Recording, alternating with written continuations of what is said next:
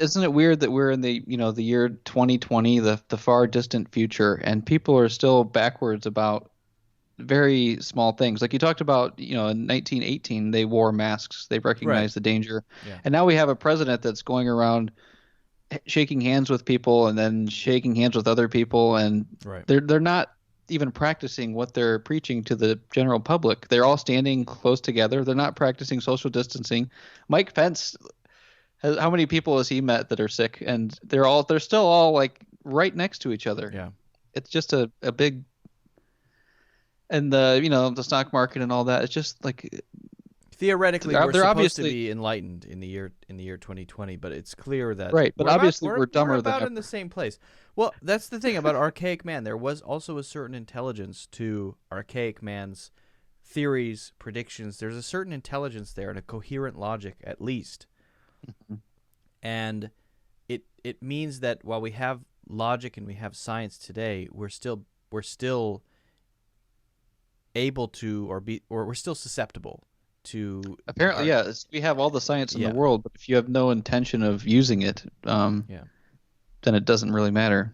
yeah yeah exactly. I guess, I mean, there's a variety of or ways or reasons that the coronavirus turned into what it was. I mean, China withheld, they did the old authoritarian thing and didn't let the information out, tried to pretend it wasn't as big a deal as it At was, or first, maybe didn't listen to people in their own country at first. And then they, went full lockdown and you could see what was going on. But I don't mean, we still don't know anything about the numbers and whether or not they're accurate. I mean, they're oh, probably not accurate. If it's for two different reasons. mhm, One reason is that it's the Chinese government, and any number from the Chinese government is going to be lowballed. Second right. reason is that you only know what you test, and Mhm. so you test a certain number of people, and you get a certain number back, and you didn't test everybody. So if we tested everybody in the United States, if we tested everybody in New York, we would suddenly realize how serious this is. If everyone in New Right. York were tested right now, today, and we had the Hmm. results within 24 hours, people would say, Jesus Christ, what's happening in New That's the York? thing. It's when people are saying, "Well, there's only been 5 people tested," or 5 people have it, but you say, "Okay, but only 500 people were tested." Right.